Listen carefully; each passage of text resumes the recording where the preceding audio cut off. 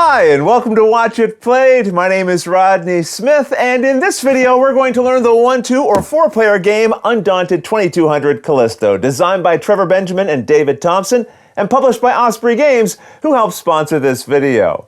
Mining on Jupiter's moon Callisto was always going to be a challenge, but now the corporations who run the industry there, the Lunar Frontier Authority, are battling a growing force of workers known as the Breakers, who are rising up in protest over their working conditions.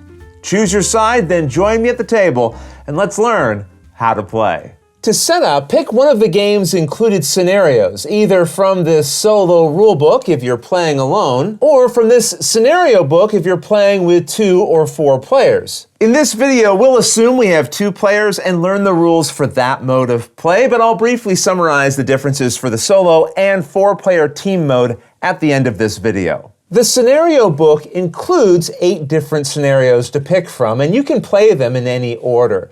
For this video, we'll choose scenario 1, and you'll get some background information here, some rules reminders, and instructions on how the scenario should be set up, including a location preview, which indicates the board you'll be playing on. The game comes with 4 double-sided boards, and the location preview showed this one, so we'll return the others to the box. One player now takes on the role of the Breakers, and the other will control the Lunar Frontier Authority, also known as the LFA. Each person collects the deck of cards showing their faction's symbol on the back. Breakers are represented by yellow and this icon, while the LFA are blue and show this icon. Each player now examines this starting cards area and collects every card from their deck matching the names listed for their faction. A card's name is found on its front in the area here. Some have similar names but different letters in their titles. Here we have Ripper B and Ripper C. These are different cards, so only collect the ones matching the letters in the setup instructions. Some cards will have more than 1 copy, and if so, you take all of them when collecting that type from your deck. For example, there's only 1 copy of the Supervisor, and the same is true for Squad Leader B. But then for Ripper B, you'll find 5 separate copies, so you'd collect all of them. As you collect each of the required types of cards, put them into their own face-up piles separated by their names. So the Supervisor goes in its own pile, so does Squad Leader B, all the Ripper Bs go in their own pile, and so on. Also notice that each player's cards are divided into 2 forces, Force 1 and Force 2. Put all the cards for each force into their own row. Then set one of these matching force indicator tokens to the left of each row as a reminder of which cards belong to which force. Your interference cards are the exception. You'll have 10 of these which go into their own pile, and they're not part of a specific force. But all of these cards are known as your faction's supply. Any leftover cards from your faction can be returned to the box. They won't be used in this scenario. Each player now goes down their faction list once again, and this time collects from the supply as many copies of each card as the number of letter Ds found here to its right in the setup instructions. For the Breakers, this will be 1 of each card and then 2 copies of their interference cards. The instructions tell you to collect 2 copies per player, but that only applies when playing the 4-player team mode. Once you've collected all the indicated cards, shuffle them into a face-down pile, which makes up what is known as your deck. So now when we look at this guide, we see that it's showing which copies of each faction's cards begin the game in their deck, D, or in their supply, S. So there's 1 copy of the Ripper B in the Breaker's deck and 4 left over in the supply. And we've been setting up the Breakers' forces, but the LFA works the same way. Though you'll notice some of their forces only begin in their supply, and there are no copies in their deck. Either way, each player now finds the combat counters in their color, which will show the names of different cards in their forces. As we've seen, the Breakers have a Ripper B card in their forces, and there's also a Ripper B counter, so they'd collect this. There's a counter for Blaster A, but those cards weren't included in these forces, so this token can be returned to the box. Some of the names listed here won't have a counter. For example, there isn't one for the Supervisor, Squad Leader B, Squad Leader C, or the interference cards, and that's okay. When there is a counter matching cards listed here, you'll collect them, the rest you return to the box. If we now refer to the board, we'll see it's a map made up of various spaces where our battle will take place. Some spaces are outlined in blue and others in yellow,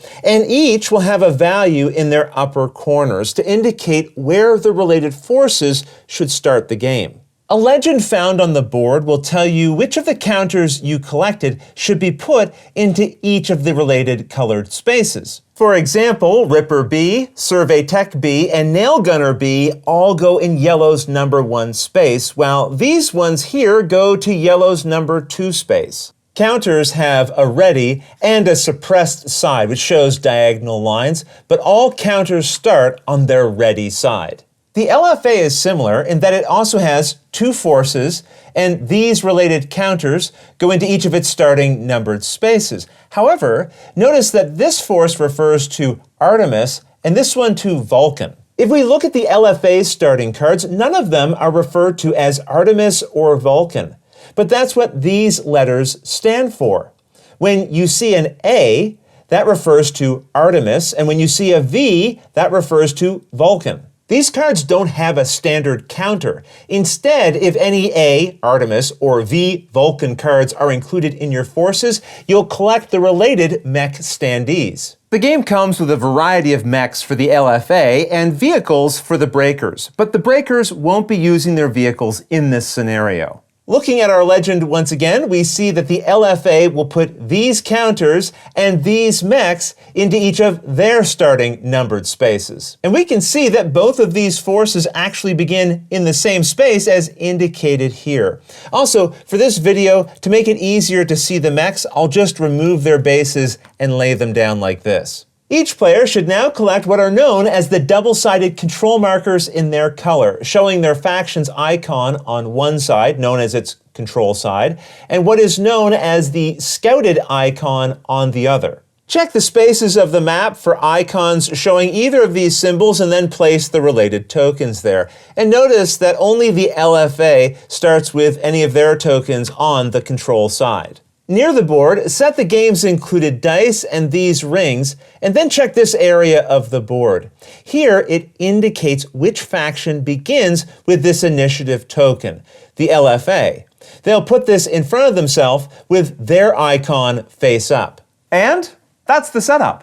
In Undaunted 2200 Callisto, you and the other player will move and battle with your units as you attempt to use the battlefield to your advantage and achieve your personal objectives. The objectives each faction is trying to achieve are printed both on the board and in the scenario book. Sometimes the factions have their own unique goals, but in this case, they're each trying to control either 5 objective points or neutralize 3 units controlled by their opponent. We'll learn how those goals are achieved later in this video, but they'll make more sense once we know more of the rules. The game is played over a series of rounds, and each round is broken into 3 phases, starting with the draw cards phase. Here, both players draw 4 cards from their personal deck, and while you can always examine your own hand of cards, keep them a secret from the other players. Then it's time for the Determine Initiative phase. Here, each player secretly picks a card from their hand to put face down in front of themselves. When they're both ready, they reveal them. Every card has an initiative value in its top left-hand corner here. You now compare these, and the player with the higher value wins the initiative, collecting this initiative token and flipping it to the side showing their faction symbol. If there's a tie in revealed values, the player who already had the initiative keeps it. No matter who won, each player now puts the card they revealed into a personal discard pile. Then it's time for the player turns phase of the game. Here, the person with the initiative will play cards from their hand, one at a time, into the area in front of themselves until they've played as many as they can or wish to. Cards you play have various actions listed at their bottom, and when played, you can pick a single one of those actions to resolve. Most cards have a name here, matching one of the combat counters or standees on the board. A counter is also referred to as a unit, and the members of that unit are represented by the cards with matching names. So when you play a card for its action, the action causes that combat counter to do something. For example, playing this Y Scout card for its attack action causes this Scout Y unit to attack. This Y Scout represents a different member of this unit. But when you play this one, its actions also activate this counter. So although this is one counter, it represents a group of people, and all cards within that group will have the same name and actions. The exception are the standees like this mech. These will have more than one type of card that controls it, each with their own combination of actions. That said, they all have the letter A here as a reminder that their actions always affect the mech starting with that letter, Artemis in this case. Each player will also have command cards indicated by an extra line here just after their initiative value. These are unique because they aren't represented by counters on the board, they're parts of your team that aren't directly in the battle. You can think of them as the leaders back at headquarters helping your team from a distance. Finally, we have interference cards. Each player starts with 2 of these in their deck, and they can be played as your card during the determine initiative phase, but otherwise they're useless. They don't provide any actions. Instead, they represent miscommunications happening between your forces and just clog up your hand. As we'll see, there are actions you can use to remove them from your deck, but for now, let's learn how to resolve the various actions you can perform when playing cards from your hand, and let's start with scouting. Again, to perform an action, play a card from your hand and then pick one of its listed actions to perform, like scouting. This causes the related counter to move a number of spaces up to the value listed with the scout action, 2 in this case. Anytime you move, go from the space that you're in to an adjacent one that shares some part of its border. You'll notice the outside of the map has a red highlight, and you can never move across that boundary.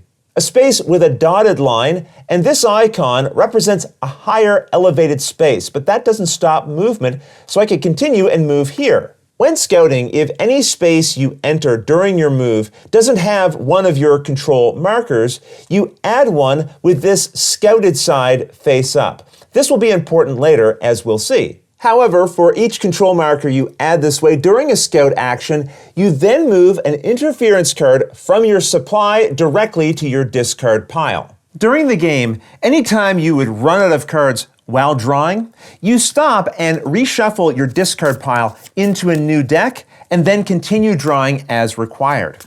In this way, cards added to your discard pile will eventually end up in your deck to be drawn later. I should also mention, during this video, I'll be moving pieces around on the board to set up examples that I want to show you. So if you notice things in different places, that's why. I'll also point out, if a scout action causes a unit to enter a space with another faction's control marker, that's okay. They still drop one of their own as usual. That said, at most, there can only be one of each player's control markers in each space. I should also mention, you can freely enter and move through spaces with enemies. All right, next let's learn another action you can take, moving. With this action, you move the related counter a number of spaces up to the number the action shows, 1 in this case. So I might move that unit from here to here. Seems kind of like scouting, right? But there's a catch. With a move action, a unit can only enter spaces that already have their faction's control marker showing on either of its sides. So if my unit was here on a future move, it could go to any of these spaces, but not to either of these 2. So this is the value of the scout action. It allows a unit to scout ahead and drop markers in spaces where you don't have them, allowing your other units to move into those spaces later. With movement covered, let's learn about the control action. You can perform this if that unit's counter is in a space with its faction's own scouted control marker in order to flip it to its controlled side. This means you now control this space and any objective points it has, which are represented by this icon. As we saw, one of the ways to win this scenario is to control 5 objective points.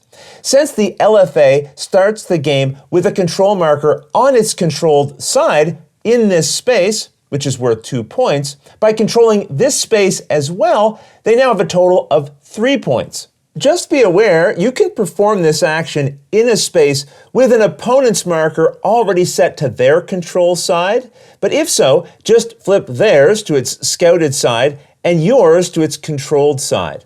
In this way, only one faction can have control of a space at a time. However, you cannot perform a control action in a space where an opponent has control if they also have any of their units there. We'll see how you can remove an opponent's units later, but for now, let's learn the Bolster action.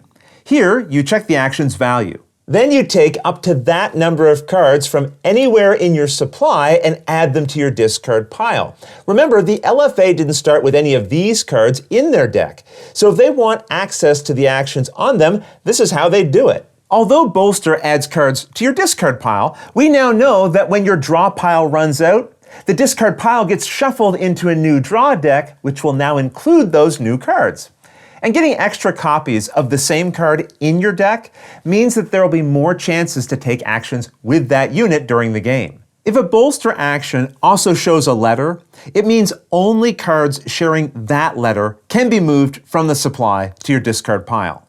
With that understood, let's look at the command action next. When played, you draw a number of cards from your deck up to the value shown with the command action. These will be cards you can now also play during this turn. Remember, if your deck runs out while drawing, shuffle your discard pile into a new deck and then draw what you're owed from it.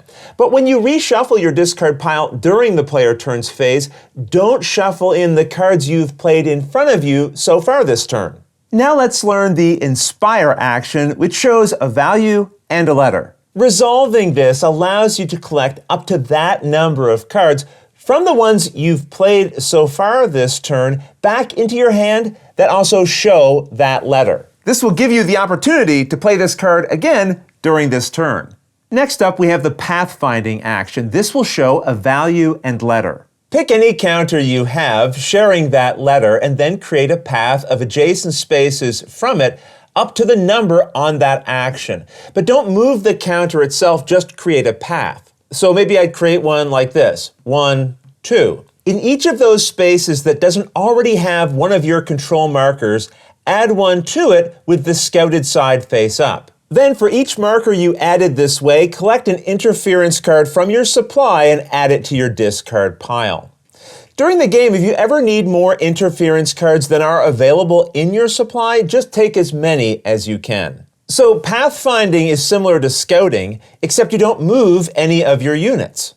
All right, now let's learn how the Recon action works. To resolve this, you must have an interference card in your hand, and if so, you now return it to the box. It won't be used for the rest of this scenario. After, you then draw a card from your deck, which you can play this turn as usual. All right, now it's time to learn how we engage in combat. The most common way is to resolve an attack action. Sometimes these will have more than one value, but pay attention to the first value for now. If it's within a solid icon, like this, it means the target for the attack must be a combat counter. If its value is within an outlined icon, the attack must target a vehicle or a mech unit. If the attack shows both, you can target any type of unit. Sometimes the attack will also show a value inside what is known as a range icon. If so, the target of the attack must be within that range of the attacker. A 0, like we see here, means the target would have to be in the same space as the Survey Tech B unit. If the attack action doesn't show a range icon, you can target any enemy on the board. For example, this card could be played to have the Y Scout here attack any enemy, and we'll say it targets this Ripper B unit. You now check the defense value of the target. This starts with the number printed within its shield icon here, 4 in this case, and then you add to that any cover bonus represented by a value within a shield within that target space, so +2. Certain structures or counters may include additional cover bonuses. This unit isn't in this scenario, but if it was in this space, it would provide a +1 defense to all units here. Finally, count the number of spaces between the attacker and the target, not counting the attacker's space. So 1, 2. You then add that to the defense. So the Ripper B's defense is 4 + 2 + 1, 2 for a total of 8. Now you have to determine which dice to roll based on the elevation difference between the attacker and the target. If the attacker is higher than the target, like we see here, they roll the 12-sided die. If the target is on the same elevation as the attacker, then the 10-sided die is rolled instead. And if the target is higher than the attacker, the 8-sided die is used. In our example, the defender is at a lower elevation than the attacker, so the 12-sided die will be rolled. The attacker now rolls a number of them equal to the number showing with the attack action, 1 in this case. If any of the dice rolled show a number equal or higher than the defense value of the target, 8 in this case, then the combat action was successful. Otherwise, the attack was unsuccessful. If unsuccessful, nothing happens. But if it was successful, you inflict 1 casualty on the target. And it doesn't matter how many successes you rolled. If your attack lets you roll 2 dice, 2 successes aren't better than 1. You still only inflict 1 casualty. When an opponent takes a casualty, they must find a card matching the counter you targeted and then put it face down into a personal casualty pile. If possible, they must take that card from their hand. If they don't have a unit of that type in their hand, they must remove it from their discard pile. If one isn't there either, they must go through their deck and take it from there, shuffling their deck after. Again, no matter where they find the card following that order, it must then be put face down into a personal casualty pile. However, if they don't have a card for that unit in their hand, or discard pile, or deck, the unit is said to be neutralized. The target of the attack must now remove all the cards for that unit from the supply and can return them to the box. The attacker then takes the counter they targeted from the board and puts it in front of themselves. This unit will not be used again during the game. As we see under this scenario's objectives, either player will win if they neutralize 3 of their opponent's units. I should point out, each of the LFA's mechs have 3 different types of cards that can be played to take actions with them. When a mech takes a casualty and the player is going through their hand, discard pile, or deck to find a card to remove, if there is more than 1 to choose from in the location they're checking, they pick any one of those cards to remove. Now, if there aren't any of these cards to remove in their hand, discard pile, or deck, then the mech has been neutralized, and all of the cards related to that mech in the supply are returned to the box. I'll just mention again, to be clear, no matter how many dice you roll, each attack can inflict, at most, 1 casualty. I should also point out that when a unit is attacking, elevated sections like this don't block your attacks. For example, the unit here can target this unit all the way over here on the other side of this elevated area, because you should imagine that this is elevated by posts, leaving a clear line of sight running underneath of it. With that, we've covered an attack action, but you may also have actions that allow you to suppress. You resolve a suppress action exactly like an attack, but if successful, instead of inflicting a casualty, you suppress the target. If the target was a counter, flip it over. If the target was a standee, add one of these plastic rings to its base to show that it's suppressed. While a unit is suppressed, you can't play its cards to perform their actions anymore. And we'll see how you can remove suppression from a unit in a moment. But with that, we've covered all the types of actions you'll find on cards available to you in Scenario 1. You'll find all these actions and how combat is resolved right here on the back of the rulebook if you need a reminder while playing. However, when playing a card from your hand, instead of resolving one of the actions listed on it, you may use it to ready a unit. If the unit pictured on the card is suppressed, playing its card ignores the actions on it but readies the unit. If it's a counter, it just means you flip it over to its ready side.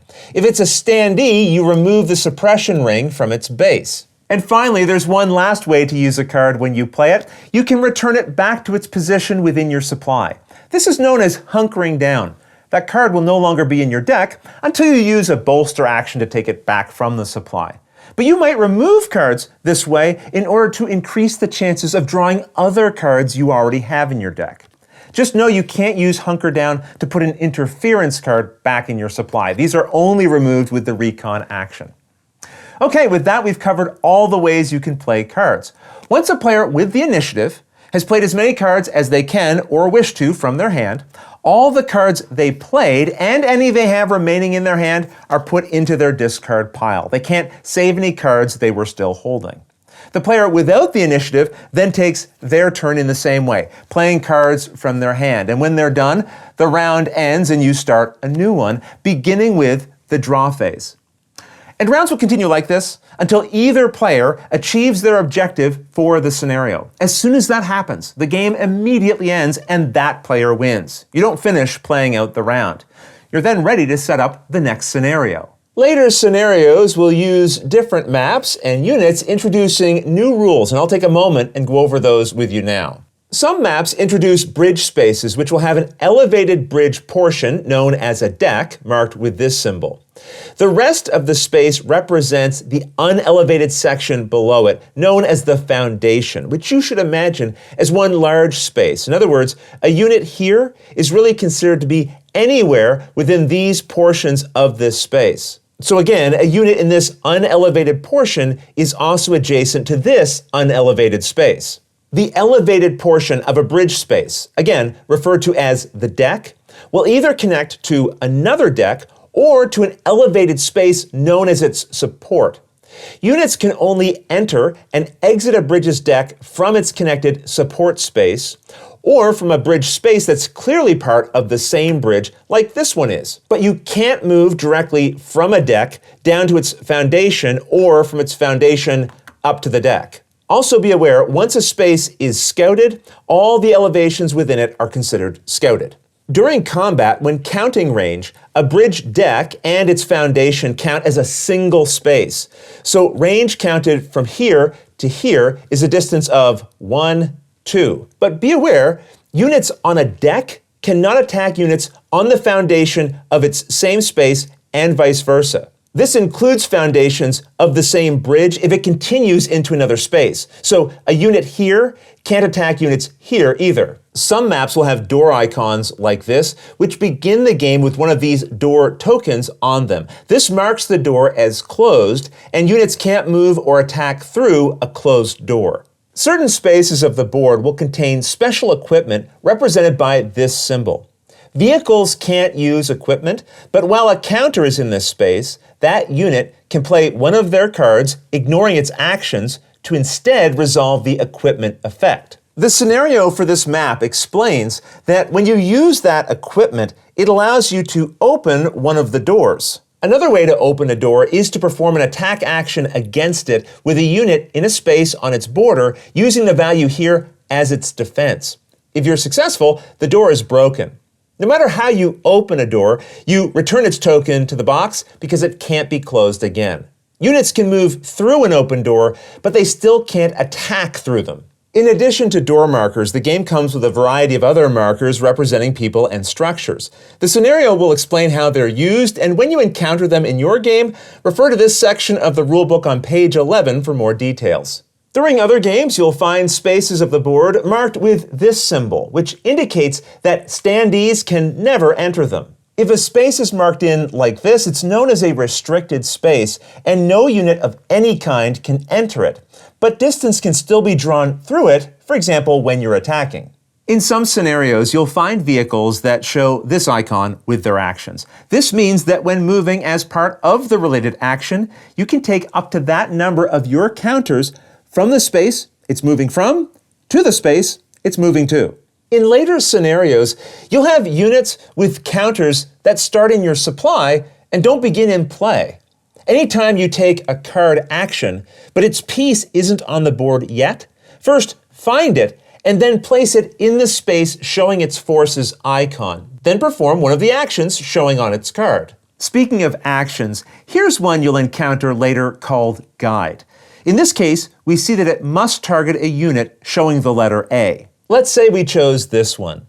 The guide action now allows us to move that counter up to the number of spaces showing by the action, 1 in this case.